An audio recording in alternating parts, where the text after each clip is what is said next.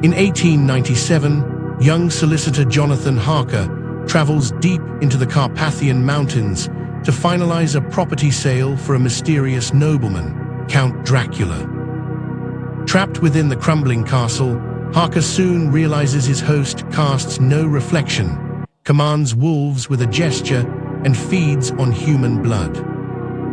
He is a prisoner of a centuries-old vampire, and escape may not be possible before the Count sails for England. Leaving Harker for dead, Dracula ships himself to England aboard the merchant vessel Demeter, hidden among crates of native soil he needs to survive.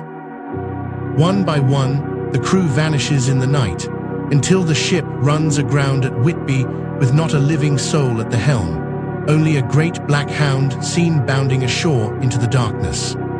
In Whitby, Mina Murray is visiting her closest friend, Lucy Westenra, a bright and beloved young woman newly engaged to be married.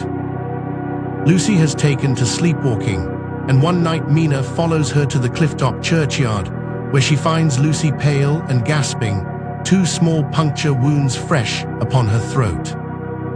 Something has found her in the dark. As Lucy grows weaker by the day, her fiancé's friend Dr. Seward sends for his old teacher, Professor Abraham Van Helsing, an expert in obscure diseases.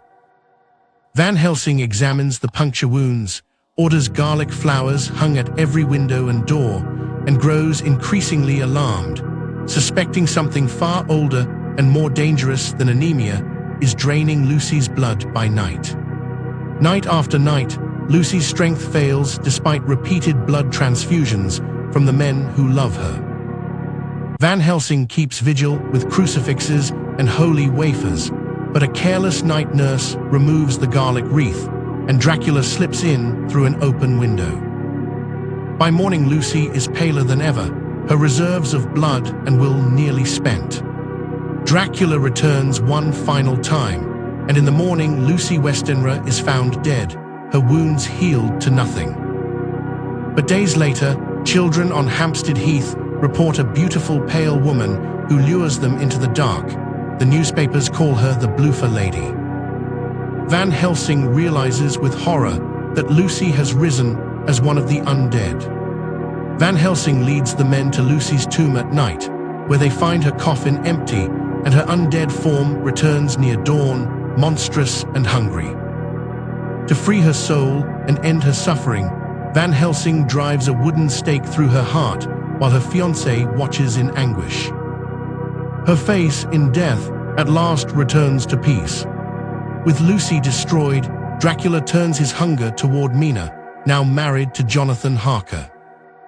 He breaks into her bedroom at Carfax Abbey, forces her to drink his own blood in a horrifying communion, and binds her mind to his by a psychic link the men can use to track him, but which also threatens to turn her into a vampire herself should the link go unbroken.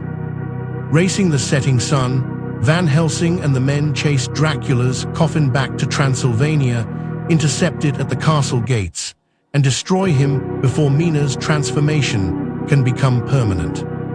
With Dracula destroyed, the curse upon Mina lifts completely, and the small band of friends who fought him return home changed but unbroken. Years later, Jonathan and Mina raise their son in peace, keeping the terrible story of Count Dracula as a private memory of courage against an ancient evil.